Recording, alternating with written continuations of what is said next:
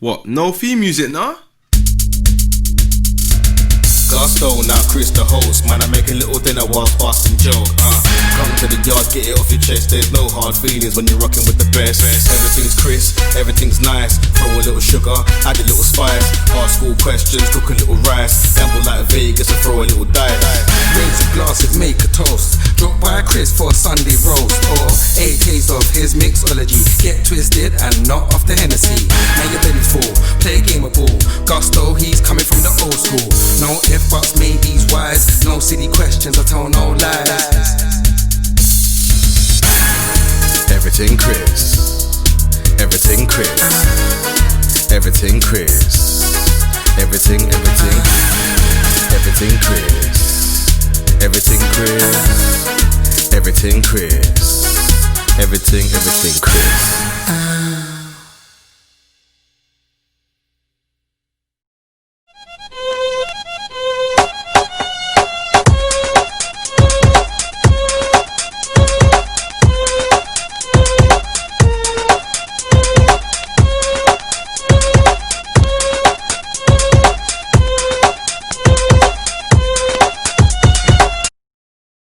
Live talks with Chris Cornell Bunten.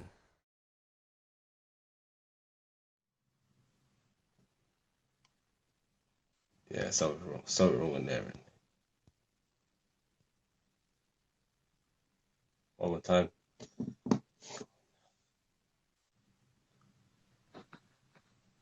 Am I in? I don't even know. All right, we got there. Am I in? You're in now. My God, I've been trying to load like carrier pigeons, laptops, everything to try and get on this. My God, I apologize. Oh my gosh. I think it's my phone. Like I couldn't start a live video when I said, "Shall I do it?" And then it just said your video and everything's not connected. But I have no clue why not. So I do apologize, Chris. Everybody, Chris Bunten in the building. You're in there. Finally in there. It's only 40 minutes, no problem. Everyone, yeah, 30 minutes is alright. Everyone was like, "What is going on? Hurry up!" I had Ryan Richards on my case as well. Brilliant, man, brilliant. How's things? I'm alright, man. How are you doing? Not too bad, apart from like failing badly at technology. I'm all right. I'll probably tell you a little bit about my scouting reports because my players can tell you that. Jeez, so it takes its time, but we're here now. That's the main thing. We're here now, man. That's the thing. How you doing anyway? How you been today? Good, man. Just balancing work. So my main job is to do with recruitment, specifically like American soccer players for Northumbria University. So just cracking that and seeing it, making sure we can get them like to England to study from September. So it's pretty cool. Nice. I like that. And with the whole lockdown and stuff, how have you adapted and how have you managed to keep your head above water? Yeah. Do you know what? Like, so I kept my sanity pretty well. Pre-lockdown, I was pretty reckless. I'm a sociable person, so I went out pretty much every night that week. I don't know if you've been to Newcastle, but Sharp Bar with Coach Mark Stuttle, one of my favourites. So we were the only two in there on the Thursday. Then the Friday, the lockdown happened, and I wasn't quite ready to call it a night. So I went out till quite late, and then I think I did have the coronavirus the following week. So I'm pretty sure I got it from going out far too much. So I was in bed for like pretty much 2 weeks. And I managed to pull through that, but I lost a bit of weight and then I've kept it off. So, if anything for me, it was a blessing. So I managed to train a lot more, spend a lot more time with my son, which has been great. At first, devastated that the season was over. And then like you think, oh, actually, I got a bit more free time. This is kind of nice. And now I'm like, no, now I'm ready to get back on court. So definitely, it's been good. How about yourself? Same with yourself, really. I'm a sociable person. Ironic, Chris is unsociable people. But I was doing a lot. I was working on my show, getting a studio set up to recorded like 2 or 3 episodes, and then Corona hit.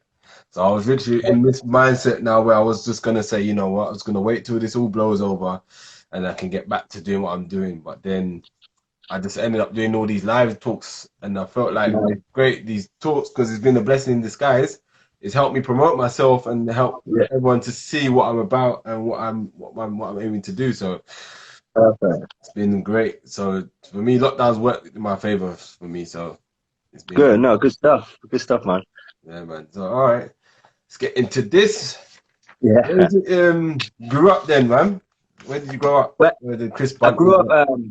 yeah, I grew up everywhere really. So I was born in Northampton and moved with my dad's job. Like after 6 months, I lived in Edinburgh for 2 years, then back to Worthing, and then I settled in a place called Hexham, just outside of Newcastle, when I was about 6, and I was there till I was 16. So I classify Hexham and Newcastle as my home. And then I left to play at Middlesbrough College with Paul Douglas and Creon Raftopoulos for like the college team there. And we had some good players like come through from London, Birmingham, like Michael Gale, Marlon Williams, Colin from Henry, like Kieran Achara. Marlon It Williams. was He sounds familiar.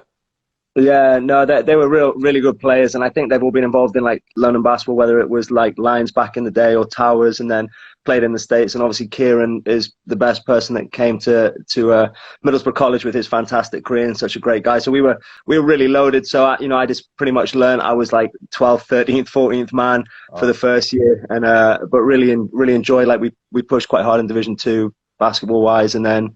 Learned a lot from both of those coaches, and then I'm trying to think. I went to University of Brighton, where I was fortunate to like go down there, try it out with Thunder, but wasn't quite at that level. So played at Bognor for a little bit, but I always knew I was going to be a better coach than player. Like I could shoot and I could understand the game, but that was pretty much it. So I started coaching down in Brighton, then came back up to Newcastle maybe I think about 12 years ago now, and been here since. Been there since. Nice. So was it Teesside at the time? Was the team in Middlesbrough? Yeah. That was so like obviously Kieran and some of the older guys played on the EBL team when they were like pretty strong in that era, and then we had like just a bit like a Charnwood, I suppose. It was before before all your Charnwoods and all that sort of stuff. There was Middlesbrough College with Dougie, and then there was like East Durham Academy where my good friend and coach Mark Stuttle went, and there was a good few people went there. So I think they were probably the first 2 academies to my knowledge, and then obviously they popped up all over. So it was good to leave home. I mean, Middlesbrough was definitely a different place to live. Like it was interesting, but some good memories there. And you had Middlesbrough. I think a guy called EJ played there, right? And Vance played there for. Oh, EJ Harrison. Yeah. Yeah, he was brilliant. He was next level. Like he won a championship at UConn. He was, he lived with Coach Creon for a while as well, and just a really good guy. Like I was fortunate to work out with him a few times, and just such a driven guy, and just incredible at that mid-range jump shot. So always fun. There's some great people there. Yeah, some great ballers that my brother played there as well. I think for a bit. Marcus Knight played there for a bit as well. Oh yeah, Marcus. I mean, he was brilliant. Like he could jump through the roof if I remember rightly. And then like I can't remember. I don't know what happened to Marcus. Like, did he get injured up there? No, he got injured before. I think he went to a tryout in Germany. That's when he got injured. Right. Yeah, I vaguely remember him passing through. Like, yeah, that name rings a bell now. So many good people went up there, especially when like Tony Hansen was around, and there was some really good basketball players that made it through there and really developed that area. I mean, Eston and South Bank, where we played, was pretty rough, but it was still a lot of love there. So it was good fun. Definitely, man. So what is it that got you into basketball then?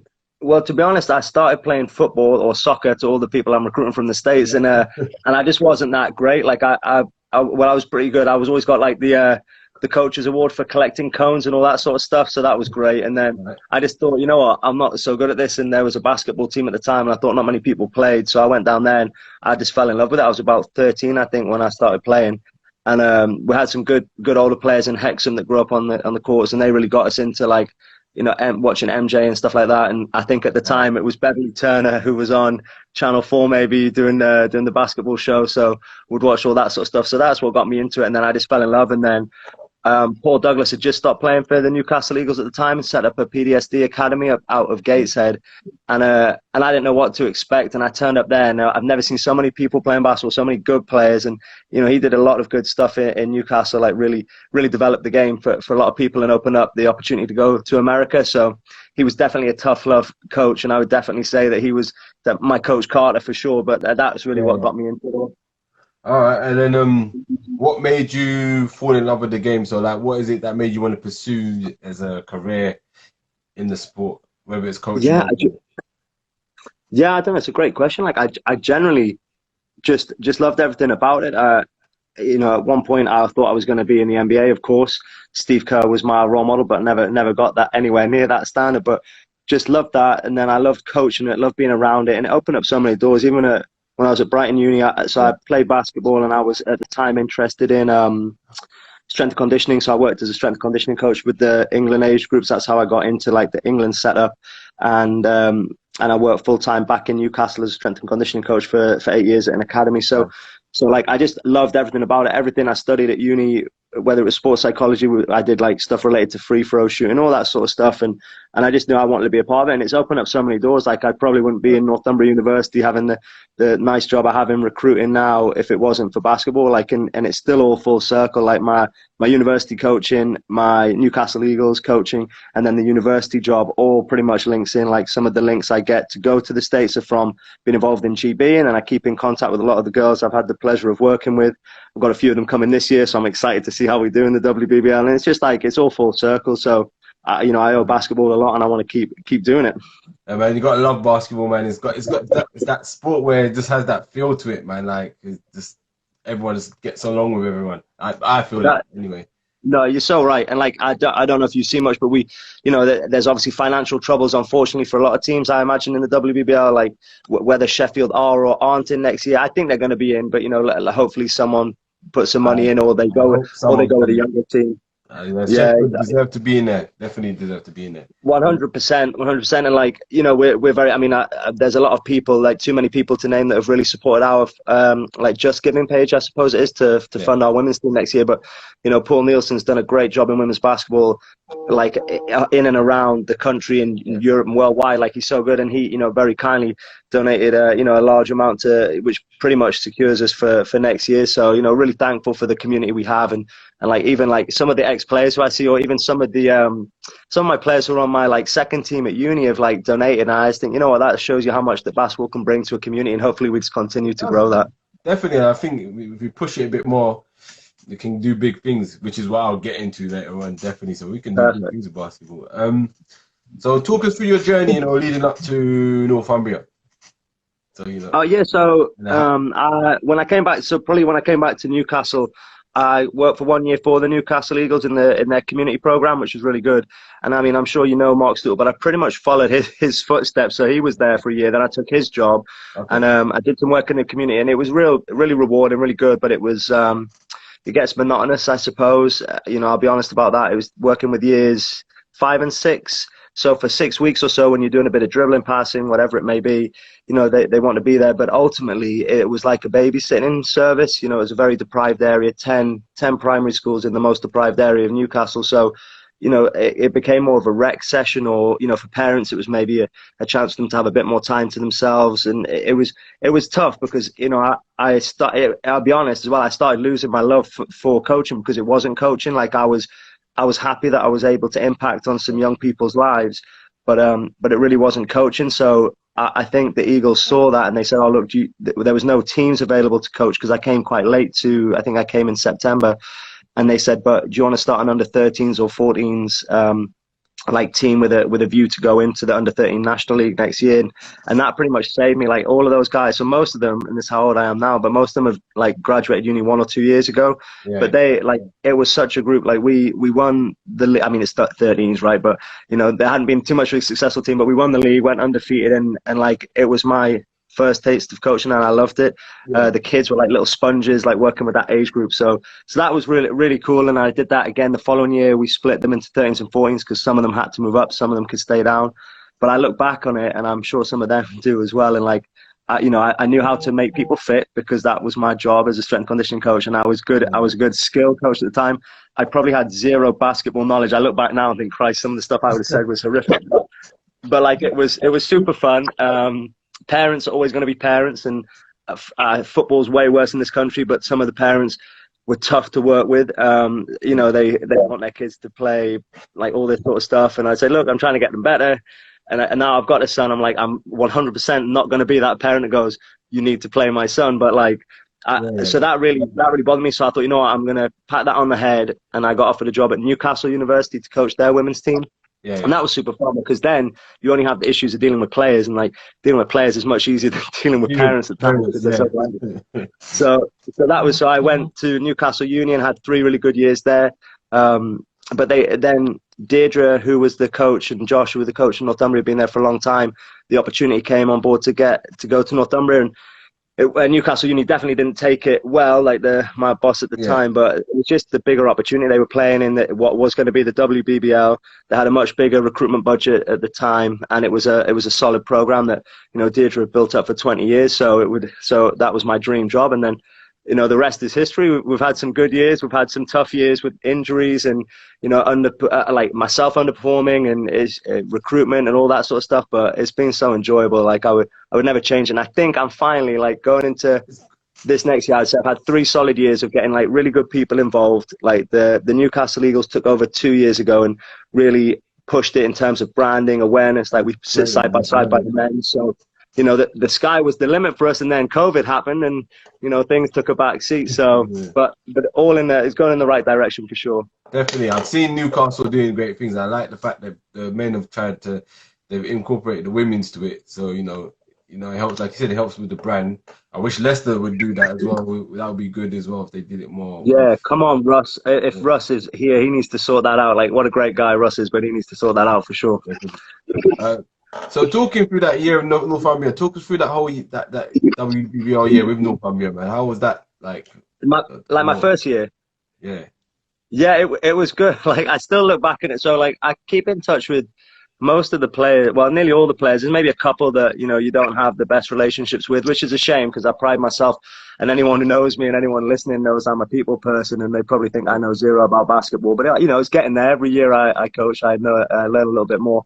But it was really good. I think, like, some of my players who are still playing with me today are like, look, you were so much tougher then. Like, we did so many running down the coast, down timeout, so many stairs that, you know, I didn't have to be a technically good coach. We were just fitter than pretty much most teams and took teams by surprise. For whatever reason, I've been pretty good at recruiting.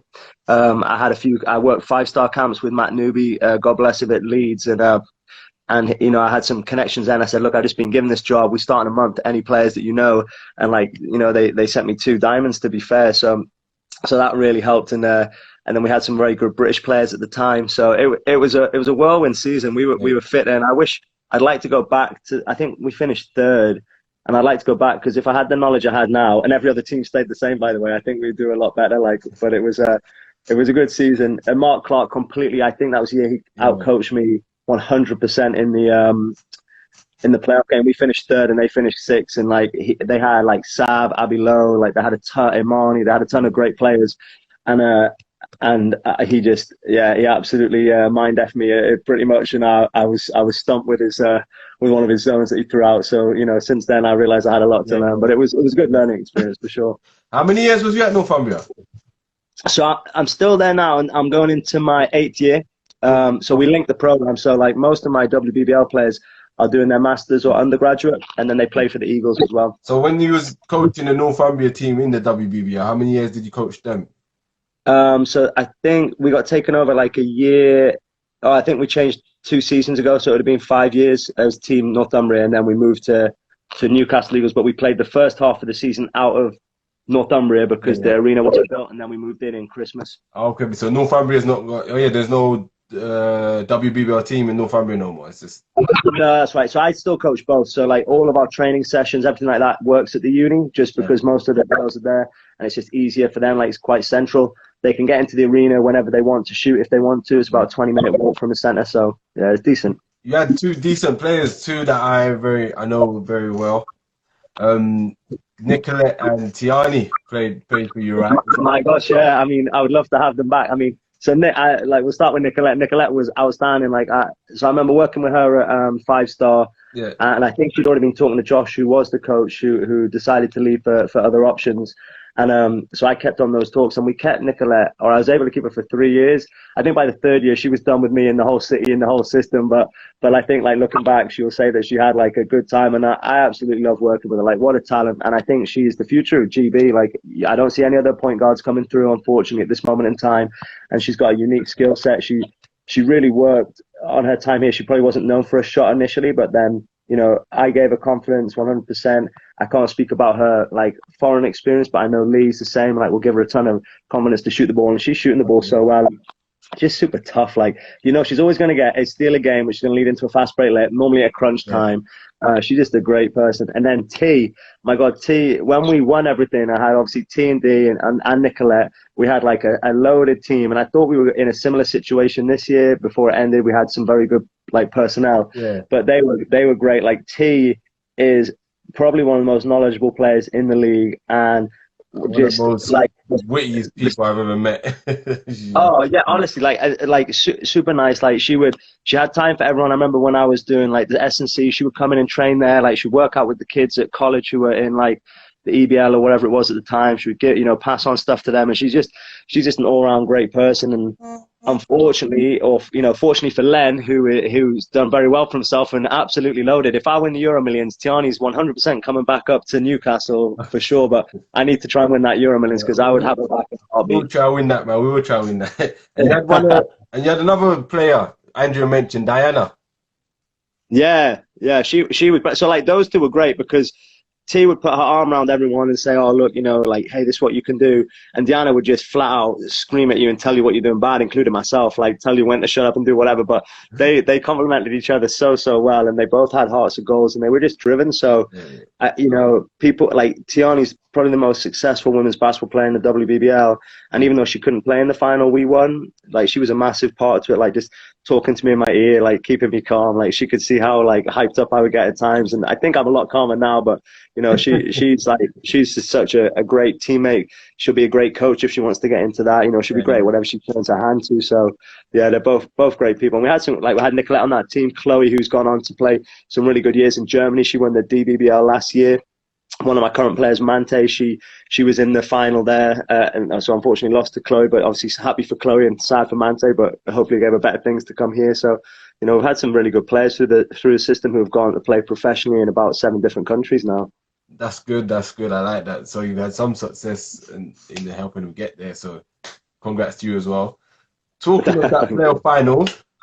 Yeah. Nicolette spoke to us about that final and how intense it was.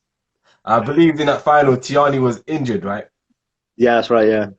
So from your perspective as a coach, what was your whole mindset, your whole approach to that game? Because you was going against a dominant team at the time, was Nottingham Wildcats. That's right, yeah. Brian plays and that. So what was the whole mindset like? You're going against a team that beat you by, I don't know how many points in the season. 40 yeah, in the season. Yeah. And then you see them in a playoff final, and then Tiani's injured. Like, what was the whole emotions, the whole mindset, the whole game plan going into that game? Like, yeah, so even before, so it was crazy. I think that was my second year. So we were both undefeated teams in the league, and it was November 8th because it was my 30th birthday, and we went down to play them, and we got absolutely spanked by like 40, I think. And like, if I'm thinking that, I could be, no, I'm mixing my seasons up. But we did lose on my birthday anyway. But so like they had beat us pretty convincingly through the season, and then towards the end of the year, like our season's so long, like even though all those girls are fantastic and we had like good relationships, they all got on well with each other. You know, our mindset was, we just got one more game. Okay, we get through this game, and then you know we won the quarterfinal pretty easily.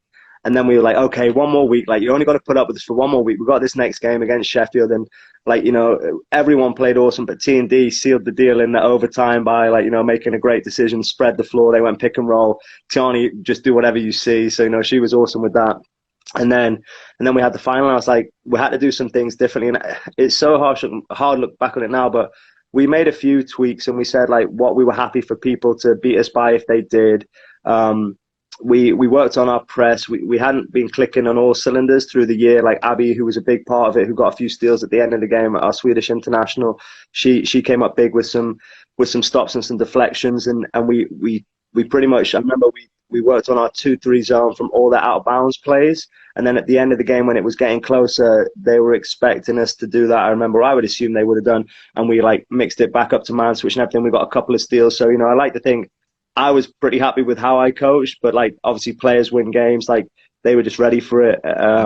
you know, I think we were pretty relaxed going into it because we had nothing to lose. You know, I think we probably lost on average like 30 points throughout 3 games we played them. So, you know, fair play to the players. Like, they all hit big shots. I think we had 5 players in double figures. And, you know, Nikki, you know, it was just, I remember speaking to Nick afterwards because, you know, every team goes through stuff. I don't care what people say. And, like, the last 3 weeks were a chore for all of us. We, you know, it was a long ass season.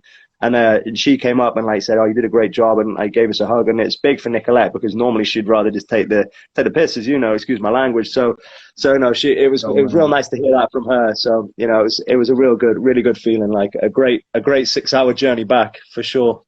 Oh man, so talk us through as well, you know, the emotions of winning that title, like against that team at the time, like.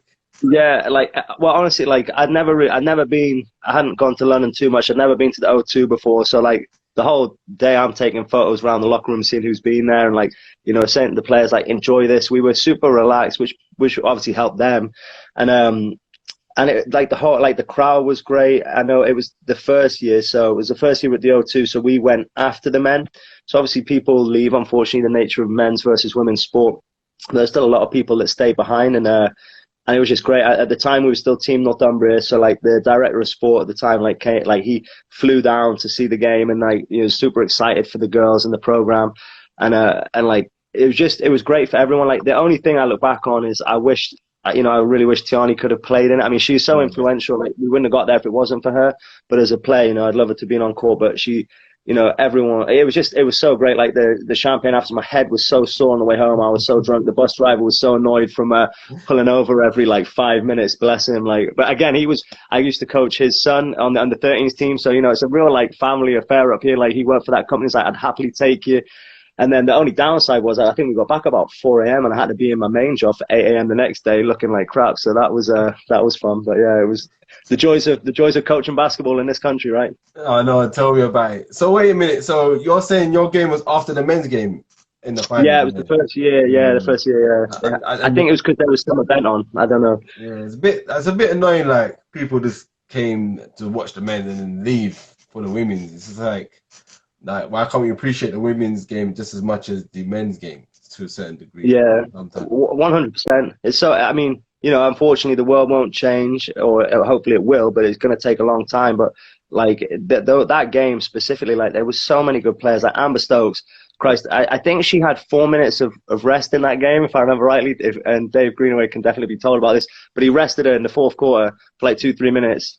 And I can't remember who he put in, but like that definitely helped us. Like, she could have played 58 minutes. She was an unbelievable player. Like, I think she'd been in Europe ever since. So when she came out, I was like, happy days. Like, that takes the ball out of her, and she was unbelievable. Like, she did a bit of everything. No, amazing. So then after that, so what is it then afterwards? Fast forward now, after the title winning, what was the main reason? I know for going to Newcastle. I know you said, you know, there was a bigger budget. I think you mentioned, and you know, you could recruit better. What was the other reason for going to Newcastle as well? Like, oh, you mean when we changed to the Eagles, or? Yeah. Oh, so that wasn't actually so yeah, that's the thing. Like, a lot of people ask as well, because Northumbria University was like in the top 10 of sports, and we still are. Yeah. But 2 years ago, we made cuts, which was like publicized nationally on the BBC, saying they're getting rid of the high performance sport, which was the case in the respect that we got rid of all our national leagues. So like, we played in the WBBL. Mark Stuttle coached the EBL 1. In volleyball, we had division, like the top tier men's and women's. We had 2 teams in water polo national league. We had an NSL franchise, which, I mean, I don't even care if I say it or not, but I think it cost the uni about 500K a year. So that was way more than all our other sports. And we had a very good football team in the Northern League, which cost quite a bit of money. So there was roughly under £1 million being spent on national league sports, where the university was like, look, that's all very well and good, but you know, we're here for students first and foremost, and that money could be invested in other areas. So, you know, as upsetting as it was and is, like, I could understand it from a business point of view. You've got to try and remove emotion from it. And fortunately for us, the Newcastle Eagles are like, well, look, we're not going to let the WBBL team like go. So we were the only National League team that stayed. So, you know, we were really fortunate, and if anything, it was better. So we still, and that's why a lot of players, or I used to deal with all the scholarships at Northumbria for all our sports. And they're like, oh, you've lost all your money. I'm like, no, we got the exact same money for scholarship. We just don't have the outlet of National League. And for something like the men's basketball that Mark was coaching, it crippled us, because you look at Newcastle Uni, you look at Solent, they do such a good job of recruiting through the university and the EBL1 that now we can't. And Loughborough, you know, yeah. So yeah, all those teams, like in Manchester and all those, like we struggle a little bit to stay. Like if it wasn't for Mark being such a good coach, we probably wouldn't stay in the prem of the Bucks, because every team's either BBL or EBL1. So that really hurt him. But again, coming back to the women's, like to have the Newcastle brand behind us, like Paul Blake's done a great job with the men's and the women's program. Dan Black's our like media guy who like sets up seats. He does an awesome job pushing us out, like making sure we've got him and a guy called Simon Rushwood like put us on the BBC with the guys. Like all the stuff's like the same pretty much. So we're really fortunate with that. And then we have the super fans called the Uta, who just like, I mean, they drive us to our games, they drive us to Essex, you know, they don't want any money for it. One of them owns a pub, they sponsored our team, they keep me loaded with beer on the way back. So, you know, I can't like thank the community enough for it. So getting loaded with beer. Best way, win or lose, you know, no problem, but mainly win. Look at that beer, man. What's that? Budweiser beer? Hell no, come on now. We're in the north up here. We have proper beer up here. King of beer is my butt. Like, no, we have they run like a real ale pub in North Shields, and it's like some real good craft beer, and it does its job, that's for sure. Like I definitely woke up a few mornings with a bad head, not realizing it was like an 8% beer. So yeah, it was fun. Newcastle's a good. It's a different culture up there. It's good, man. Been there a few times for people's birthday parties. Anyway, so.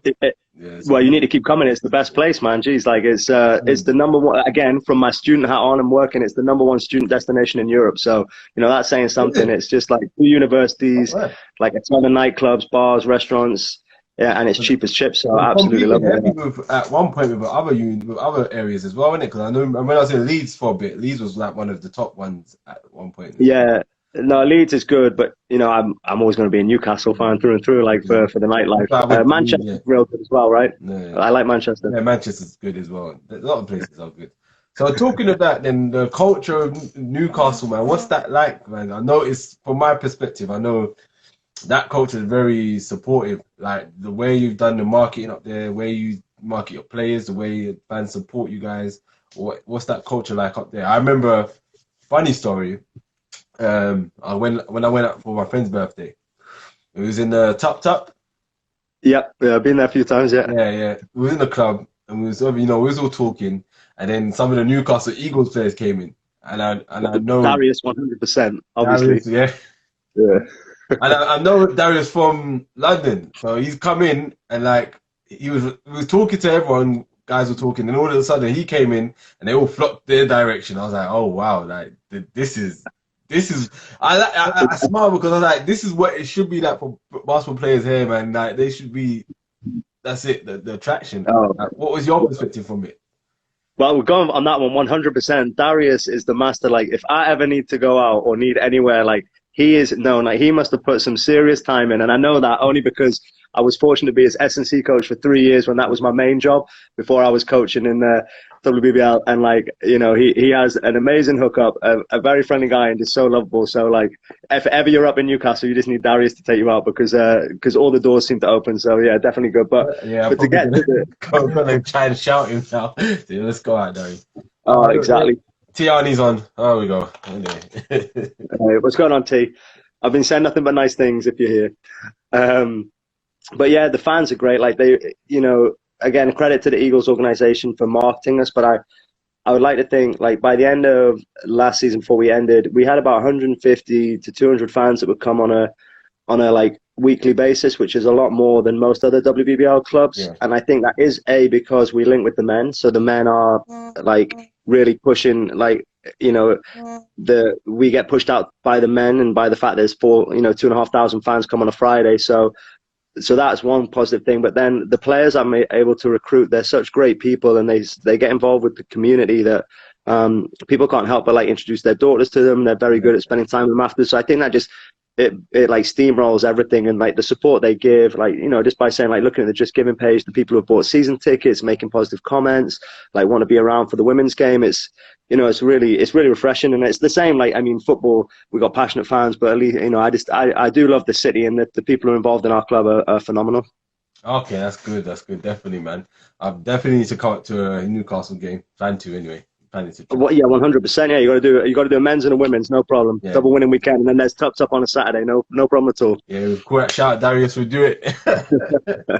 So I see you're the man of recruiting, and I noticed you recruited some great players. Georgia, and is it? I don't want to say her name wrong. Is it Galia? Julia? Oh, Julia. Yeah, Julia. Yeah. Is it Julia with a G? Okay. With a G, yeah. How did you manage to get those gems? Yeah, well, so Jules was at a school. So, like, with my trips over to the US with my work, one of the schools I went to a while ago was she the first time? I think it's Florida Southern College. And like, I'm pretty close with the coach there. And I can't remember how I reached out, but like I got in contact with Jules somehow. We did a workout there, and I was like, oh, look, like, I'm really impressed with you. I think you could do a lot more than you can here. And again, in America, I think coaches pigeonhole players, or, they have to fit into a system where I felt she could be way more effective scoring, because she was super quick, super skilled, but she just needed that confidence. And over the 3 years, she did a really good job of developing. So she came, but actually when I went to recruit her, Flo Ward was injured, and I was like, oh, I didn't realize you were here. Like, I never knew her before, but obviously British girl. And I was like, well, do you want to come as well? And she's like, yeah, all right, I'll come too. So, like, it was a pretty good trip in that respect. So, like, both Jules and Flo came along. And then with Gio, like, it's just like putting the time in. Like any coach, I probably put more time in trying to create connections, look at the right people. And I got introduced to Gio by, I can't remember by who. It might have been one of my friends, and they're like, "Oh, look, have you seen this player?" And like, when I watched her, and she knows this, like, she's just the most unorthodox player. But like, the coaches had nothing but positive things. Like, they have around the house. She looks after their kids, and that's the sort of person you want in anything, whether it's a basketball team or like a regular job, whatever it is. So I was like, well, she sounds like a great person. Then when I watched her, she was just a gamer. She was like an undersized, like, forward. And then she just killed team. Like, when I signed her, I remember like Lee Oakland's like, yeah, I wasn't sure about her. And other coaches were like the same, but man, she killed teams. Like, she just would out rebound, out hustle with a smile on her face. And like, you have to be she was a true athlete, but she also knew how to have fun. Like, she was down for a beer when it wasn't like training. She really worked hard at her degree. She did a master's in, I think it was occupational therapy or something along those lines. And she volunteered every Wednesday at the food bank, for 2 years. So she was able to manage her time. And like, she was she was such a big part of why we got so many fans. And any of the people who are watching, they, like the fans that come down, like, absolutely loved her. And she, that's the sort of person that I want in a franchise. And if I won the Euro Millions, or if we could pay players, then she would be staying. But unfortunately, I have to rely on a high turnover of players every like 1 to 2 years through masters. But eventually I want to get to a point where we can keep people like her and Jules. Like, Jules did 2 masters because she's incredibly smart, and now she's signed over in Sardinia, I think. So, like, I know that the opportunity we offer here is for the education, the high level in the WBBL, but I 100% see it as a stepping stone for them to go over to Europe and get paid until we can offer them a chance to get paid, housing, cars. Definitely. That's what we want for the women's league. 100%. And the last one, I spoke to another one, a vet on your team, and this recruiting. What made you come to this decision to recruit in her? Was Ruth Thornley. Oh yeah, well, Ruth is brilliant. So like, when I first took over the team, she was a part of it, and like, she didn't play too much. She's been super talented. She was in the GB in England like age groups, and she, it got to the point where she felt, rightly so, that she was giving up a lot of time and not playing. And as a coach, it's hard because her enthusiasm is infectious and her personality is one of the best. But there were certain things that she couldn't do on the court. So, so that's hard for a player to hear. And then it's hard to, maintain, like, why am I doing this? So she was like, look, I think it was just before Christmas. She's like, look, I'm going to have to step away. I was like, hey, that's fine, like, no hard feelings. And then over the past few years, like, especially, well, not just with rulings, but she was continuing to play. She had a family and stuff like that. So like, priorities changed, and she was like, she joined in because we had a few like injuries at the back end of last year, and she came down, and she was just like a breath of fresh air again, like the same person, like cracking jokes, like, and like could still shoot out the ball. And it was just a great person. And And I was like, look, would you want to be involved next year? She goes, well, Chris, I'm gonna have to try and get in some shape. You know, I'll gain some mum weight. And I was like, hey, look, but like, you know, again, like we went through our ups and downs this year together again, as any coach and player will. But you know what she brings is phenomenal. Like she is the like biggest energy like I can ever like have. And it's just trying to get her integrated into the system. The season ended a little bit too long, getting her in the best shape she can, but she's still one of the best shooters in the game. So, you know, it's just trying to get her involved. But that personality, like, is just infectious. I love spending time with Ruth. I love Ruth, man. I used to go Leeds University with her, and when she was with the team, she just used to, I used to watch her cracking jokes. I used to be like, nod my head at her, like, what's this woman? Yeah, some things never change. Never change. But it was a good what she doing though. That's Ruth for you. All right. So there's a question I asked, said we were getting to later on, is a question I always ask all my guests that come on. So your thoughts on WBBL and the BBL, and things that you see are working and things that you see that need to work on more.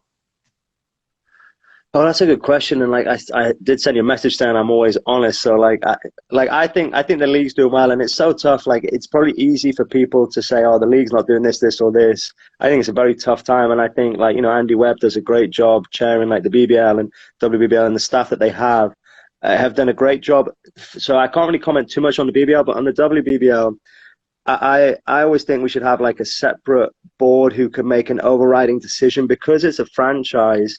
You know, clubs, even if they say they want the best for British basketball, which I think the majority of them do, they still want the best for their own club. So, you know, I have no problem disclosing. I'm trying to see who's on this thing, but like I have no problem disclosing. But like, you know, a team asked for a rule change to have 3 Americans. Like at the minute, we only have 2 international and 3 European, and like obviously, I don't really care, because I work at a union. I recruit about 6 Americans who just play Bucks anyway, who could easily play WBBL, but they're not able to. So for me, I'm like, well, that's fine. But then I also feel for those teams that have recruited, and like it's tough to make that rule change. So because of those instabilities, I think you need something like people who are separate from clubs to make an overarching decision on the league and the direction of the league, because, you know, for example, Oakland's might say, we want just British players because they have a large amount of British players coming through their academy ranks, the same as a Barking. Or like a Nottingham might say, well, we've got the money, so we want to, you know, we want 6 professional, we want 6 spot players. So I think then it just becomes like, for me, I don't, luckily Paul Blake, God bless him, goes to the WBBL meetings that happen monthly. But from my point of view, nothing productive ever gets talked about. Like, I still don't know when the season's going to start. They haven't asked the people when they're going to start. You need to look at, like, have we got arenas? Because Essex, Cardiff, if we were still playing out in Northumbria, maybe universities don't have their sports halls because they're going to get changed into classrooms. So, like, can the season even start? Because their sports halls might get taken away, because if you think of, we got 16,000 students at Northumbria, only 1,000 of them play sport. So from a university point of view, I'm going to change those sports halls into classrooms because it's a no-brainer. So, you know, these are the things that I think are more pressing, but we just end up, or from my experiences, we end up talking utter nonsense. So it's just like, it's frustrating for me. I want the game to go in the right direction. I'd happily take it down to like four spot players. So you've got to either do a better job recruiting British players, giving them incentive to come back in. You know, like I want the game to grow, but then on the same time, you want the league to be more professional. So like, you know, what do other leagues do? Like, could you have 2 British players on court all time? That means you got to fund British players. So I think those are the talks I would rather have than the BS that we tend to have. So, you know, it's more frustrating, really. I agree with that. I think I've heard that rule before. Yeah, like they do it in Spain and Germany. So, you know, you got to have 2 Germans on the court at all times if you want to have more Americans.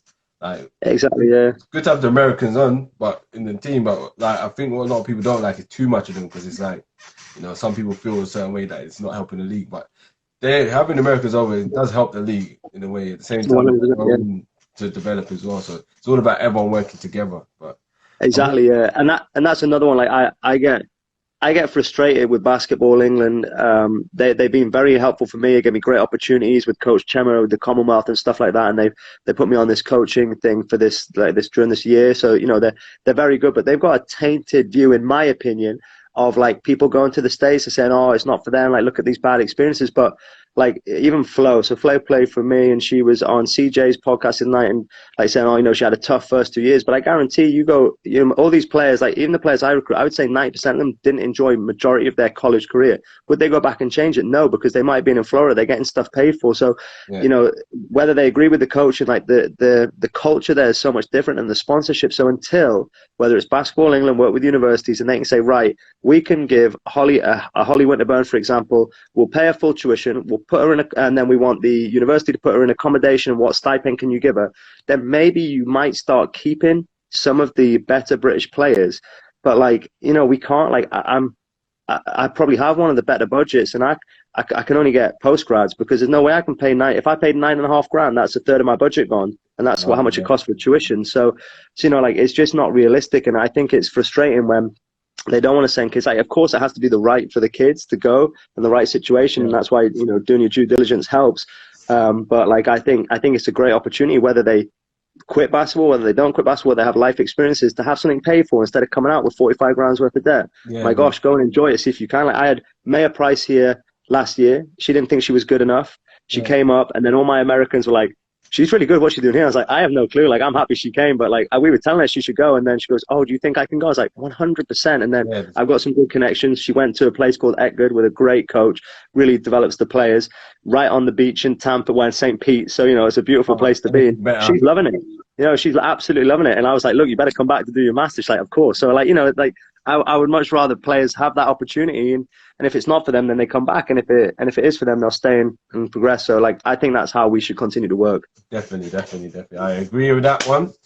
All right, we'll get into this next bit now. One of my favorite parts of this talks is my hotspot questions. Okay. And I've also added this one as a quick fire question, but that's after my hotspots. So there's a 2 3-part questions.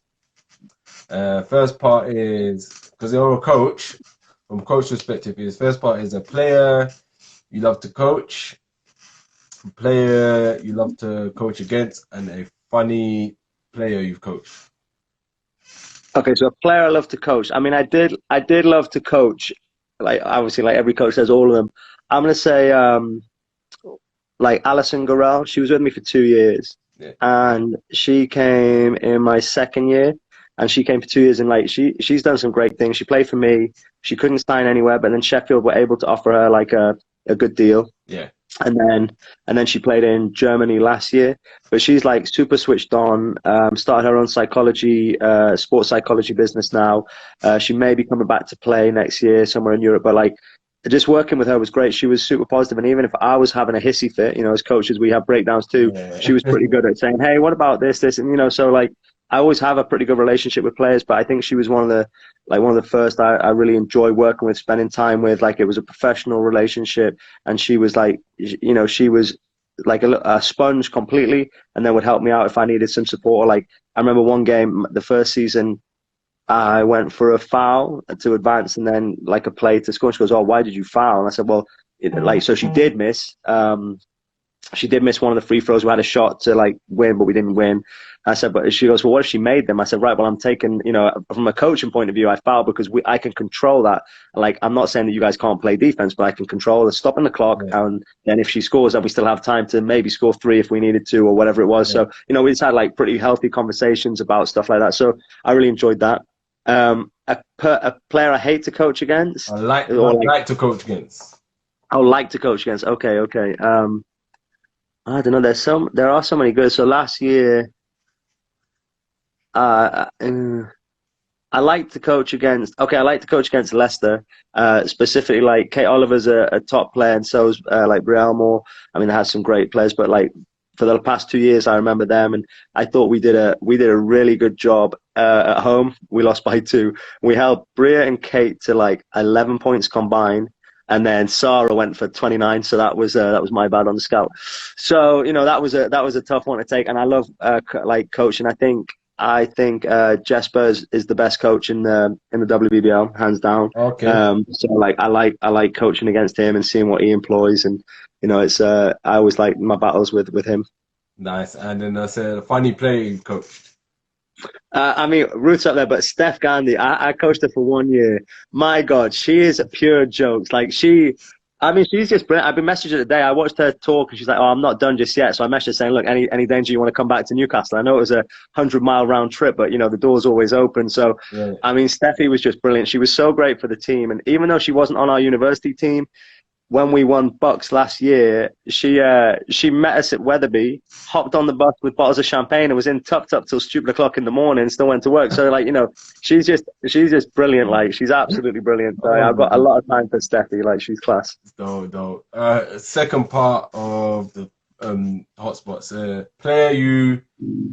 All right. It's gonna sound odd, but it's not as bad as it sounds. A player you didn't like coaching. So there might be not someone that you hate personally, just some players you just think, they could, Yeah. They could get on your nerves sometimes. And a player you loved coaching, a player you hate coaching against, and a funny opponent player. Okay, so I don't know, like, I think so. I had a very good player, and like people who know me and people who know my team, I'm very honest. So like, we had a player called Evelyn who was a hell of a player, but we just didn't see eye to eye. You know, for whatever reason, it's a shame. She's a great person off the court. I felt she was a little selfish on the court, but she could like score the basketball. Like, it was unbelievable. And I think, you know, I would say like, look, you can do all those things, but you have to understand you got teammates. And I just don't. We just didn't have the same, you know, philosophy, concepts. But she was a hell of a player, and so we just didn't have the greatest of relationship. She lasted 1 year. She went to play for Manchester, had a pretty decent year there. Then she went to a second team in Germany. I think she had a decent year. She just signed for CHRIS.G in Sweden. You know, so and I'm sure, like, you know, she was obviously young at the time, and like at that point I struggled. Like, I was probably more like not militant, but like, you know, it's hard to. This year, I think, you know, I've got players the same age as me, players that have played EuroLeague. Like, you know, I want to get on their experiences, but you know, she was a tough player to work with, very skilled, very nice person, but a tough player. Then what was this? Then it was a player. You didn't like coaching against your kryptonite player, like one player. Yeah. Okay. Do you know what? Siobhan Pryor, 100%. So like, she's a gamer. So I had like my reservations about what she was like. You know, I'll be honest. Like, I have no qualms with that. But then when we worked with her at the Commonwealth, she's one of the nicest people and a super competitor. And I think if you're not on her team, all you see is this super competitor, and like, you know, she can be a little bit of a bee, I suppose, is, you know, essentially what it is. And like, you know, she would, like, you know, we're setting screens and she's like punching people through them. I'm going, ref, like, you're either going to call me for a moving screen, but you're not going to like call her for punching the people to get like fair play. Like, and that's why she was like, the first few years she was an unbelievable defender. And like, I remember it was my first season, and this was the one where I made my team run and I was hated. We ran a stupid amount of suicides. Nicolette would have told you. And but I said that she wasn't a great player. Like, you know, I was new to the women's game at that level, didn't really do as much research as I probably should have done. And I said that she wasn't a shooter, and she hit 6 threes or 7 threes or something stupid. So like, I did 29 suicides because I missed her off the scout for that. But like, you know, so she was just always a tough player to like play against. She was a gamer. She would have her teams back. She would start fights. You know, like, she's just one of those players that you hate to coach against, but you would love to have on your team. All right, fair enough. The catch-22 player, Siobhan Brown. Yeah. And a funny opponent you coach against. A funny opponent. I have a feeling. I'm trying to. Huh? I think I've got a feeling you might say, but. Oh really? I mean, it doesn't matter. Like, so that she did used to play for us, but like, even coaching, like, again, like if I'm trying to be serious and we're playing Seven Oaks, and T says something, like, I can't help but laugh. So like, you know, she has my own name for me. You know, she has my black person name, which is Cornell, and she'll just tell me, she go, Cornell, you need to shut up right now. And I'm going, T, I'm trying to coach my team. So like, she has no problem, and like, but with her, I can't help but like, yeah, and please don't tell her, like, she when we won the championship, I was like, in the beginning of the season, I said, if we win the championship, I'll get Cornell tattooed on my butt. We were drunk. It was the preseason, and I haven't even got it. And like, she just keeps saying, like, you need to get that tattoo. I'm like, all the players, like Nicolette, and I'm like, yeah, I probably should. I mean, I've got enough tattoos that one more won't hurt, but like, I just can't do it, you know. It's just... But yeah, so she always hammers me for that. Oh my gosh, man, Cornell, flipping hell, that's hilarious. Yeah. All right, cool. I'm gonna tell her that. I'm gonna ask her who Cornell is. See what she says. Yeah. Oh yeah, she'll know. She'll know. Look, there it is. Hey, Cornell. Yeah. Oh, Yeah. all right. So there's a quick fire question. So I gave everyone an opportunity to put their quick fire questions in. If you saw on the post, and I only picked one each time, and it's a quick fire. It's answer one or the other. Someone's asked, Okay. Georgia or Julia? Go. Georgia. Yeah, Jules I love, but Jules gave me so much headaches. What a player, but my God, we batted heads a lot. Whereas Gio, she was a fake nice, like she was nice to me, but would slag me off behind my back, so I was okay with that. I'm taking Gio, yeah. That's dope, that's dope. All right, this has been fun. So so all right. Anyone who's got any questions for Chris, fire them in. And also, Chris, do you have any questions for myself? Like, no, honestly, I'm just like, thank you so much, Hammy. It's been an absolute blast. I think I've actually missed a one-to-one with my boss, so I'll probably get sacked from my main job. So if you have any jobs going, like, let me know. But otherwise, no, I'm good. But thanks for having me. If I do, I'll let you know. If I know anything, I'll let you guys know. You know what I mean? Here comes Ruth jumping in the conversation now. Wow, tell us how you really feel. You know, I'm always going to tell you how I really feel. Come on now. Cornell, that's made my day. Cornell, that's a new one for me. Yeah, I know. Yeah, TD and all the girls like Ruth and like Rach will not let me forget that. All right, biggest coaching influence apart from your best mate Mark. Yeah, I mean, there's a lot, and like from an early time, it was like Creon and Paul, but I had the pleasure of working with Chema with the GB setup in the Commonwealth, and like just unbelievable, like working with him. I'll never forget as a young coach. You think you know everything, obviously. And I remember we played Montenegro in like the group game, and they killed us by like 31. And like Chema's big thing, because of the amount of time we don't have to train together, is like, look, we're going to switch on screens, and this is how we're switching, switch, and then obviously where the help side needs to be. And like when we were playing them for the 5th and 6th spot, like me and Rachie van der Waal went to him and said, hey, listen, like, you know, we can switch everything, but do you think on the horns, maybe we can just like squeeze and go under, because their point guard can't really shoot. Like she played in the EuroLeague, but she couldn't really shoot. And he was like, Chris, I appreciate what you're saying, but all we've been doing for the 3.5 weeks is switching. So I need you to go back through film and show them when they didn't switch and why they scored and why people weren't in the right position. So I was like, okay, like, you know, of course. So we did that and we showed that. And then we went out and we lost Abigail Johnson, who was legit, who had like, you know, she had a bit of a, like overheated, I think the day before. She had like a seizure thing, and thank God she was fine, but she couldn't play. And then we had Kennedy Leonard, who was like legit one of the best British point guards I had the pleasure to work with, and hopefully, you know, be over here soon. She got injured, like she got fouled badly and had a bad head injury. So then you think, Christ, there's two of our best, like our leading scorer from the tournament, our best rebounder. And we still beat them. And like, you know, I remember after the game, like, and the girls the team did an awesome job stepping up, being in the right position defensively. We did the exact same stuff.